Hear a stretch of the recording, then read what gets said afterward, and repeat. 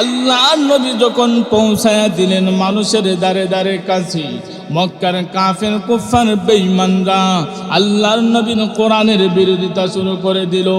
আল্লাহর নবীকে 3 বছর পর্যন্ত এমন ভাবে বন্দিশালার মতো করে রেখে দিল। আল্লাহর নবী তখন সময় এই কোরআনকে কিভাবে প্রচার করবেন, আল্লাহর নবী চলে গেলেন তায়েফের ময়দানে। তায়েফের ময়দানে যাইয়া এই কোরআনের দাওয়াত যখন দিতে লাগলেন, এই কোরআনের দাওয়াত যখন দেন, তায়েফের মানুষ 1.5 মাস ভরা আল্লাহর নবী কোরআনের প্রচার করলেন।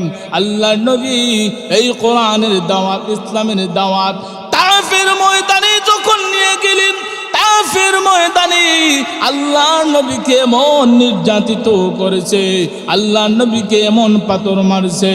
আল্লাহর নবীর আদরের বিবি হযরতে আয়েশা সিদ্দিকা রাদিয়াল্লাহু তাআলা আনহা একদিন যখন আল্লাহর নবীর পিঠ মুবারক যখন মেছেজ করে দিতেছেন, মালিশ করে দিতেছেন, হঠাৎ করে তাকে দেখেন পিঠ মুবারকের মধ্যে ছোট ছোট কালো কালো দাগ দেখা যায়।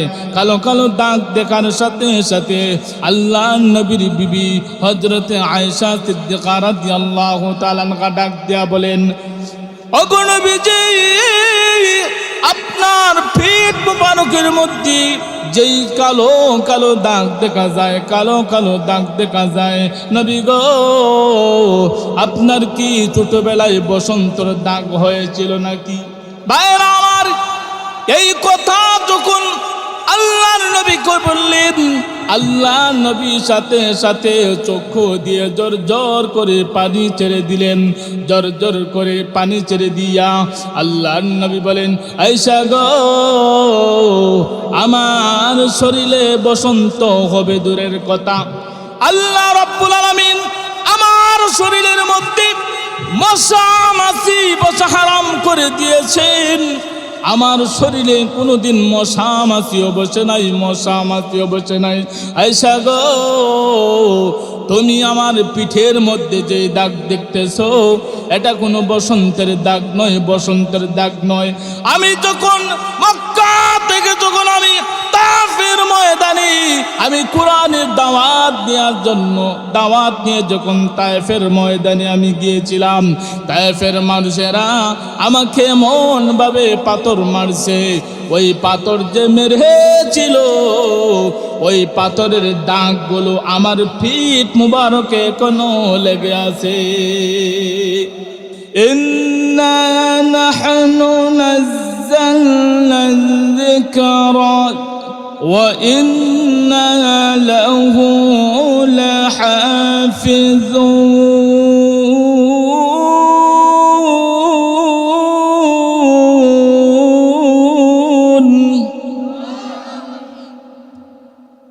আল্লাহ পাক পৃথিবীর মানুষদেরকে জানিয়ে দিলেন, এই কোরআন আমি নাজিল করেছি, আর এই কোরআন হেফাজতের রক্ষণাবেক্ষণার দায়িত্ব আমি আল্লাহ নিয়ে নিয়েছি। ভাইরা আমার, তাহলে লক্ষ্য করে শুনুন, আল্লাহ রাব্বুল আলামিন বলেন, এই কোরআন আমি নাজিল করেছি এবং এই কোরআন হেফাজত এবং রক্ষণাবেক্ষণা সব কিছু আমি মহান আল্লাহর কুদরতি হাতের মধ্যে রেখে দিয়েছি। আল্লাহ পাক বলেন, এই কোরআনকে হেফাজত করার জন্য পৃথিবীর মানুষদেরকে আমি বাছাই করে নিয়েছি।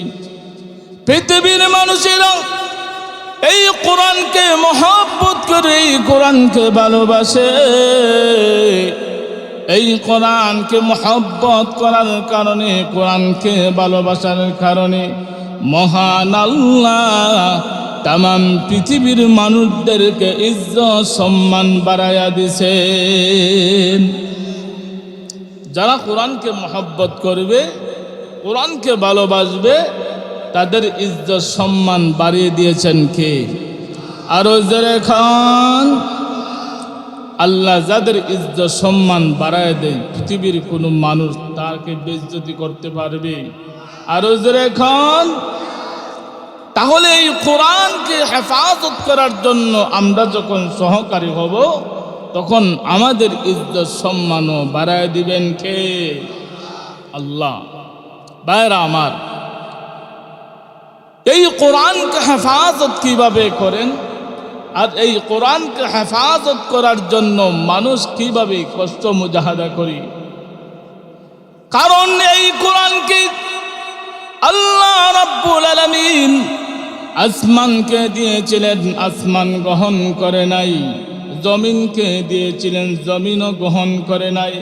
পাহাড়কে কোরআন দিয়েছিলেন, পাহাড়ও এই কোরআন গ্রহণ করে নাই, কিন্তু দুর্বল মানুষেরা গ্রহণ করেছে। ইন্না আরাদনাল আমানাতা আলাস সামাওয়াতি ওয়াল আরদি ওয়াল জিবাল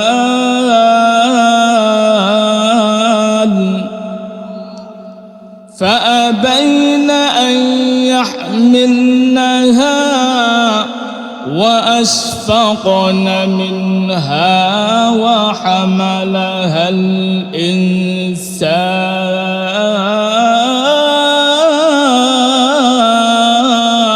الإنسان আল্লাহ পাক রব্বুল আলামিন এই কোরআন যখন আসমানকে দিতে চাইলেন, আসমান ডাক দেয় বলে, প্রভু হে, এই কোরআনের ক্ষমতা, এই কোরআনের পাওয়ার আমাদের দ্বারা নেওয়া সম্ভব হবে না। আল্লাহ রাব্বুল আলামিন এই কোরআনের আমানত যখন জমিনের মধ্যে রাখতে চাইলেন, জমিনে বলো, প্রভু হে, এই কোরআনের পাওয়ার আমাদের রাখা সম্ভব হবে না। আল্লাহ রাব্বুল আলামিন এই কোরআনকে যখন পাহাড়ের মধ্যে দিতে চাইলেন, পাহাড় গ্রহণ করে না, কারণ এই কোরআনের পাওয়ার তারা সহ্য করতে পারবে না। পাহাড় বলে, প্রভু হে, আমাদের দ্বারা এই কোরআনের পাওয়ার সম্ভব না।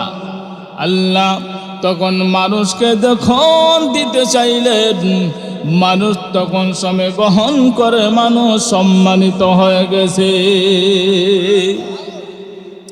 মানুষ এই কোরআন গ্রহণ করে মানুষ সম্মানিত হয়ে গেছে। এই কোরআন কার উপর নাজিল করেছেন? আর হুজুরে খান, হুজুরে কারীম সাল্লাল্লাহু আলাইহি ওয়াসাল্লামের উপর নাজিল করেছেন। কিন্তু এই কোরআনকে আল্লাহ রাব্বুল আলামিন লাউহে মাহফুজের মধ্যে আল্লাহ সংরক্ষণ করে রেখেছিলেন। লাউহে মাহফুজকে আল্লাহ ডাক দিয়ে বলবেন, লাউহে মাহফুজ রে, আমার কোরআন না তোমার কাছে রেখেছিলাম, আমার কোরআন কোথায়? আমার কোরআনকে বুঝিয়ে দাও। লাউহে মাহফুজ ডাক দিয়ে বলি, প্রভু হে, আমার কাছে আপনি কোরআন রেখেছিলেন, কিন্তু আমার কাছ থেকে হযরতে জিবরাইল আলাইহিস সালাতু ওয়াস সালাম আমার কাছ থেকে নিয়ে গেছেন।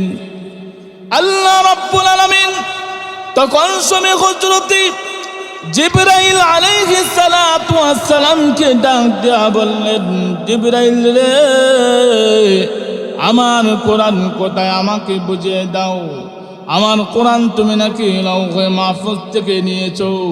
জিবরাইল আলাইহিস সালাতু ওয়াস সালাম ডাক দিয়ে বলবেন, প্রভু হে, আপনার এই কোরআন লাউহে মাহফুজ থেকে আমি নিয়া, আমি সুন্দরভাবে সুন্দর করে নিয়া আমি রাসূল করিম সাল্লাল্লাহু আলাইহি ওয়াসাল্লামের কাছে নিয়ে পৌঁছে দিলাম। ভাইরা আমার, তাহলে লক্ষ্য করে শুনুন, আল্লাহ রাব্বুল আলামিন জিবরাইল আলাইহিস সালাতু ওয়াস সালামকে বললেন, জিবরাইল, আমার কোরআন কোথায়? আমাকে বুঝিয়ে দাও। জিবরাইল আলাইহিস সালাতু ওয়াস সালাম বললেন, প্রভু হে, এই কোরআন আমি সুন্দরভাবে নিয়ে আমি আল্লাহর নবী বিশ্ব নবীর কাছে আমি নাজিল করে দিয়েছি।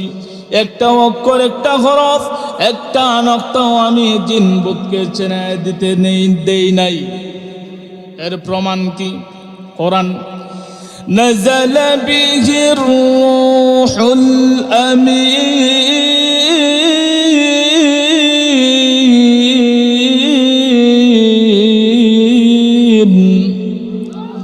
على قلبك لتكون من المنذرين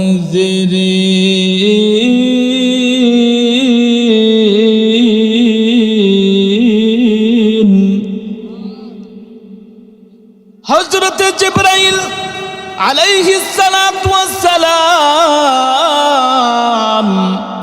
আল্লাহর নবীর কাছে কোরআন যখন নিয়ে আসলেন, কোরআন যখন পৌঁছে দিলেন, ভাইরা আমার, এই কোরআনকে প্রচার করার জন্য, এই কোরআনকে তামাম পৃথিবীর মধ্যে পৌঁছানোর জন্য আল্লাহর নবী মক্কার অলিতে গলিতে আল্লাহর নবী কোরআনকে দাওয়াত দিলেন। কোরআনকে নিয়ে মানুষের কাছে কাছে গেলেন, মানুষের দ্বারে দ্বারে গেলেন।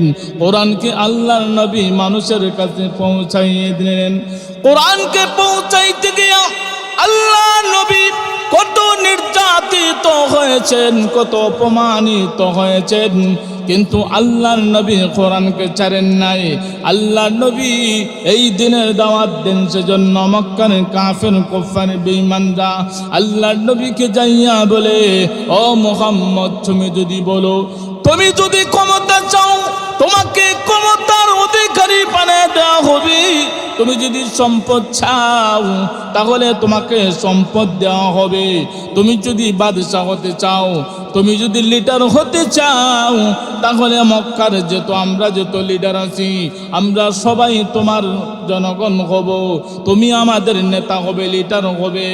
আল্লাহর নবীকে যখন এই কথা যখন বলা হলো, আল্লাহর নবী ডাক দিয়া বলেন, মক্কার কাফির বেঈমান রে, শোনো, ওই যে দেখা যায় আকাশের চাঁদ, ওই চাঁদ যদি আমার ডান হাতে এনে দাও, আর ওই সূর্য দেখা যায়, ওই সূর্য যদি আমার বাম হাতে এনে দাও, আর যদি দিয়া বলো যে মুহাম্মদ, তুমি কোরআনের কথা ছেড়ে দাও, দিনের কথা ছেড়ে দাও, চন্দ্র সূর্য আমার হাতে দিল, আমি এক মুহূর্তের জন্য কোরআন ছাড়তে পারবো না।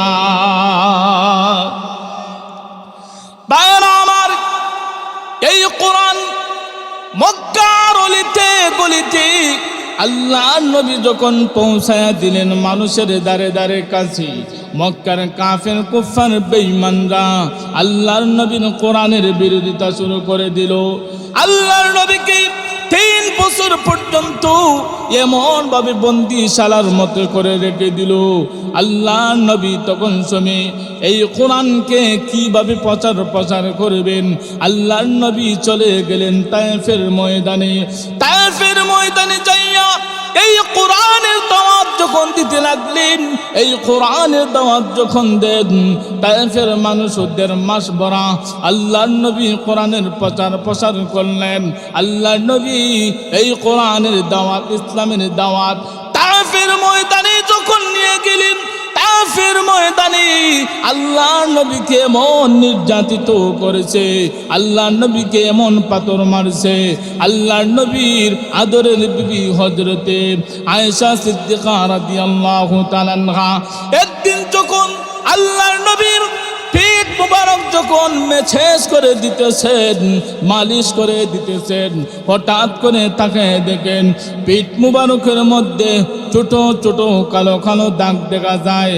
কালো কালো দাগ দেখার সাথে সাথে আল্লাহর নবীর বিবি হযরতে আয়েশা সিদ্দিকা রাদিয়াল্লাহু তাআলা আনহা ডাক দিয়া বলেন, ওগো নবীজি, আপনার পিঠ মুবারকের মধ্যে যেই কালো কালো দাগ দেখা যায়, কালো কালো দাগ দেখা যায়, নবী গো, আপনার কি ছোটবেলায় বসন্তর দাগ হয়েছিল নাকি? ভাইরা আমার, এই কথা যখন আল্লাহর নবী কই বললেন, আল্লাহ নবী সাথে সাথে চক্ষু দিয়ে জোর জোর করে পানি ছেড়ে দিলেন। জোর জোর করে পানি ছেড়ে দিয়া আল্লাহর নবী বলেন, আয়েশা গো, আমার শরীরে বসন্ত হবে দূরের কথা, আল্লাহ রাব্বুল আলামিন আমার শরীরের মধ্যে মশা মাছি বসা হারাম করে দিয়েছেন। আমার শরীরে কোনোদিন মশা মাছিও বসে নাই, মশা মাছিও বসে নাই। আয়েশা গো, তুমি আমার পিঠের মধ্যে যে দাগ দেখতেছো, এটা কোনো বসন্তের দাগ নয়, বসন্তের দাগ নয়। আমি যখন মক্কা থেকে যখন আমি তাফের ময়দানে আমি কোরআনের দাওয়াত দেওয়ার জন্য দাওয়াত নিয়ে যখন তায়েফের ময়দানে আমি গিয়েছিলাম, তায়েফের মানুষেরা আমাকে এমন ভাবে পাথর মারছে, ওই পাথর যে মেরেছিল ওই পাথরের দাগগুলো আমার পিঠ মুবারকে এখনো লেগে আছে। ভাইরা আমার, তাহলে দেখুন আল্লাহর নবী বলবেন, ওগো প্রভু, ওগো প্রভু, তাফের ময়দানে যাইয়া আমি অনেক নির্যাতিত হয়েছি, এমনকি উহুদের ময়দানে আমার দান্দান শহীদ করে দিয়েছি, তারপরও এই কোরআন থেকে আমি এক পাও পিছু হই নাই। ওগো প্রভু, এবার আমি যখন পৃথিবী থেকে চলে এসেছি, আমার এই কোরআন আমার উম্মতের কাছে আমি এই কোরআন দিয়ে এসেছি। আমি আসার পরে কিয়ামত পর্যন্ত আমার উম্মতেরা এই কোরআনকে হেফাজতের জিম্মাদারি করবে। ভাইরা আমার, আমি অল্পতে শেষ করে দিচ্ছি। তাহলে এই কোরআনের হাফেজা আজকে এখানের মধ্যে বোরকা পাবে, বোরকা বড় জিনিস নেই। এই একজন কোরআনের হাফেজা হবে, তার সম্মান তার সিনার মধ্যে, তার বুকের মধ্যে 30 পারা কোরআন বলেন সম্মান দিয়েছেন আল্লাহ। তাদেরকে দুনিয়ার কোনো সম্মান না, আল্লাহর পক্ষ থেকে সম্মান। আর হুজুরে কোন কার পক্ষ থেকে সম্মান? এই কোরআনকে যারা সম্মান করবে, এই পৃথিবীতে আল্লাহ তাদের সম্মান বাড়ায় দিবেন, আখিরাতেও তাদের সম্মান আল্লাহ বাড়ায় দিবেন। এই কোরআনকে সম্মান করার জন্য মানুষ কেমন করে মানুষ কষ্ট মুজাহাদা করে এই কোরআনকে সম্মান করতে যাইয়া এই কোরআনকে হেফাজতের জন্য মানুষ ছোট ছোট বাচ্চা, মাত্র 7 বছর 8 বছরের বাচ্চা মাদ্রাসায় দিয়ে দেয় কি দেয় না? আরো জোরে কোন দেয় কি দেয় না? 7 বছরের বাচ্চা, 5 বছরের বাচ্চা, শিশু সন্তান, মায়ের উদরে থাকার কথা, মায়ের উদরে থাকার কথা। কনকনে শীতের মধ্যে যখন ওই সন্তানটা যখন মাদ্রাসায় থাকে, গভীর রজনীতে যখন মায়ের চোখ যখন খুলে যায়, ঘুম যখন ভেঙে যায়, মা তখন সময় চোখের পানি ছেড়ে দিয়ে কান্দে। তখন সময় স্বামীও যখন উঠে, স্বামী ডাক দিয়ে বলে, বিবি গো, তোমার চোখের মধ্যে পানি কেন? বিবি ডাক দিয়ে বলে, ওগো প্রাণের স্বামী, আমার 7 বছরের সন্তান, আমার উদরে থাকার কথা, আমার কোলে থাকার কথা, আমার সাথে কম্বলের নিচে থাকার কথা। স্বামী হে, আমার সন্তানটা মাদ্রাসার মধ্যে দিয়েছি, মাদ্রাসার মধ্যে এই কষ্ট করতেছে শীতের মধ্যে, জানি না আমার সন্তান কি অবস্থায় আছে, আমার সন্তান কেমন করে থাকতেছে। স্বামী তখন সময় সান্ত্বনা দিয়ে বলে, হ্যাঁ বিবি, চিন্তা করার দরকার নাই, টেনশন করার দরকার নাই, আমরা আমাদের সন্তানকে কোরআন হেফাজতের জন্য আল্লাহ রাস্তায় দিয়েছি। কথা বলেন ঠিক কিনা? এই সন্তানকে 5 বছরের 7 বছরের সন্তানকে মাদ্রাসায় দিয়ে দেয় একমাত্র কার জন্য? আরো জোরে এখন কার জন্য? 5 বছরের সন্তান, 7 বছরের সন্তান তার এখনো আমল নামা রেডি হয় নাই, তার কোনো ব্যাংক ব্যালেন্স নাই, অ্যামাউন্ট নাই, তার নেকি অ্যামাউন্ট নাই, তার গুনাহ লেখারও কোনো ব্যালেন্স নাই। কিন্তু 7 বছরের 5 বছরের সন্তান, 10 বছরের সন্তান সারাদিন 24 ঘন্টা কোরআন পড়ে আর তেলাওয়াত করে। ভাইরা আমার, এই তেলাওয়াত করতেছে, কিন্তু তেলাওয়াত বিফলে যাবে না, তেলাওয়াত বিফলে যাবে না। এই কি করা হবে? এই তেলাওয়াত যে সওয়াব হচ্ছে, এই তেলাওয়াতের কারণে যেই নেকি হচ্ছে, ওই নেকিকে কি করা হবে?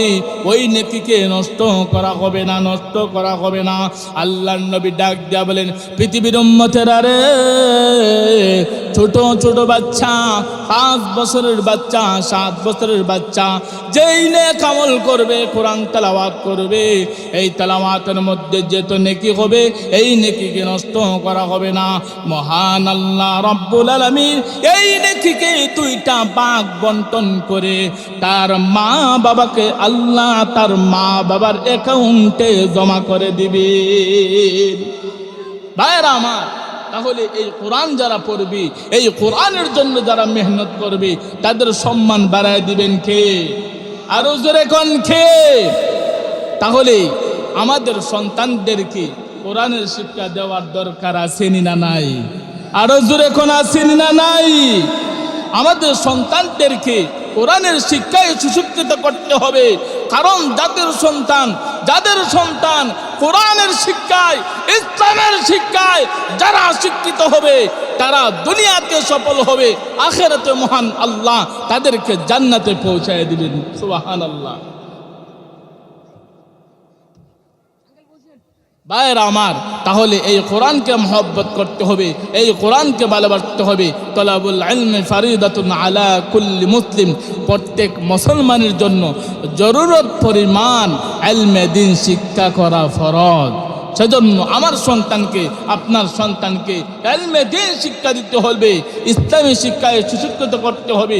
ইসলামী শিক্ষায় সুশিক্ষিত না করলে ওই মা বাবাকে ইংরেজি শিক্ষিত হইয়া যখন সময় ইসলামী শিক্ষায় থাকে না, ইসলামী শিক্ষা গ্রহণ করে না, তখন সময় ওই সন্তান বড় হয়ে তখন সময় ওই মা বাবাকে বৃদ্ধাশ্রমে পাঠায়। কথা বলেন ঠিক কিনা?